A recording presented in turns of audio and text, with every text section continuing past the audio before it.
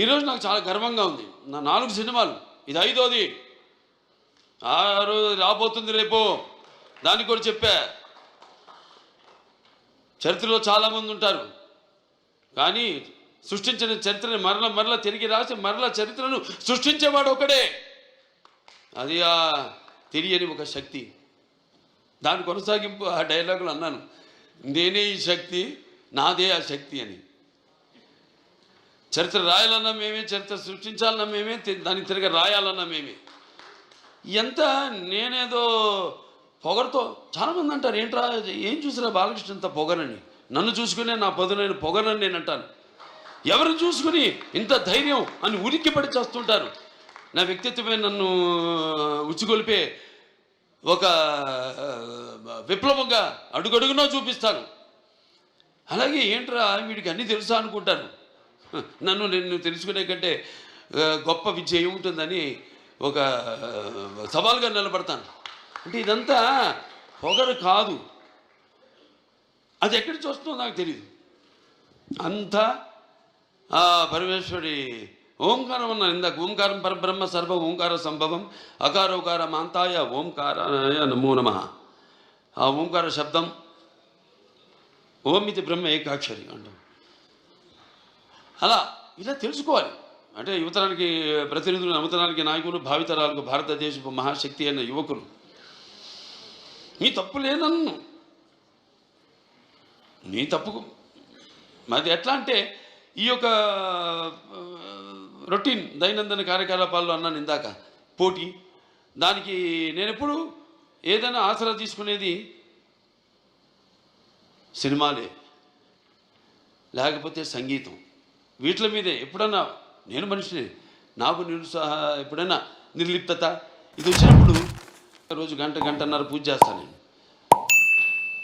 ఆ పూజ దొరత నా వృత్తే నా దైవం. ఆ వృత్తే ఈ అఖండ సినిమాలో నా పాత్ర.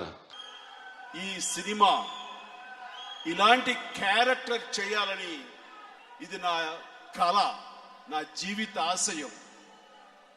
20 ఏళ్ల క్రితం నన్ను ఎవరో అడిగారు, మీరు చెయ్యాలనుకున్న అద్భుతమైన క్యారెక్టర్ ఏమైనా ఉందా అంటే ఉంది.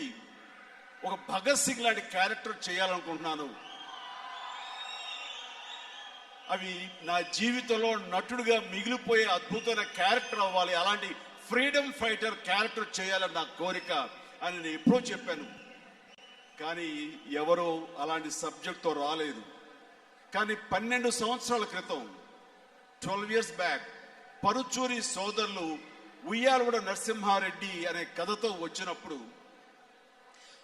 అలాంటి ఒక ఫ్రీడమ్ ఫైటర్ చెప్పాలంటే మొట్టమొదటి ఫ్రీడమ్ ఫైటర్ మన దేశంలోనే. అతని కథ చెప్పినప్పుడు అలాంటి వ్యక్తి ఒకడు ఉన్నారని కూడా నాకు కూడా తెలియదు. అలాంటి వ్యక్తి చరిత్రలో అలా కనుమరుగు అయిపోకూడదు.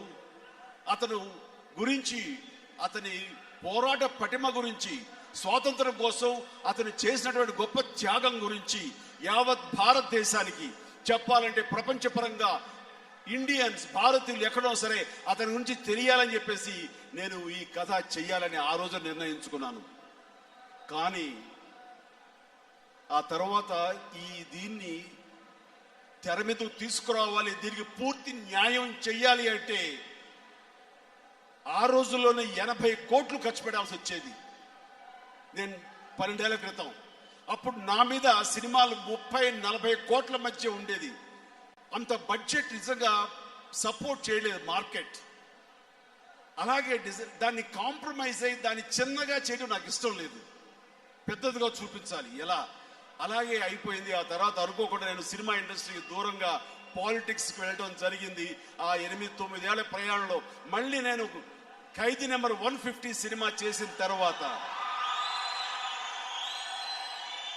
మీరందరూ ఎంతగా దాన్ని ఆదరించారు, ఎంతగా నన్ను మళ్ళీ చిరంజీవి నీ ఇమేజ్ చెక్కు చెదరదు అని మీరు ఆ సినిమాని పెద్ద హిట్ చేసి నిరూపించి మీ ప్రేమను చూపెట్టారు, మీ అభిమానాన్ని చాటుకున్నారు.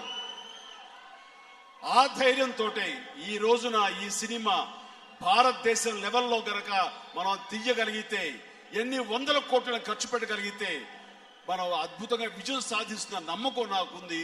నా నమ్మకం మీద ఉన్నటువంటి చరణ్ భరోసా ఈ సినిమా దాదాపుగా 300 కోట్లు ఖర్చు పెట్టి తెర మీద ఒక అద్భుతం, ఒక విజువల్ వండర్ అని అనిపించుకునేలాగా ఈ సినిమా చేయడం జరిగింది.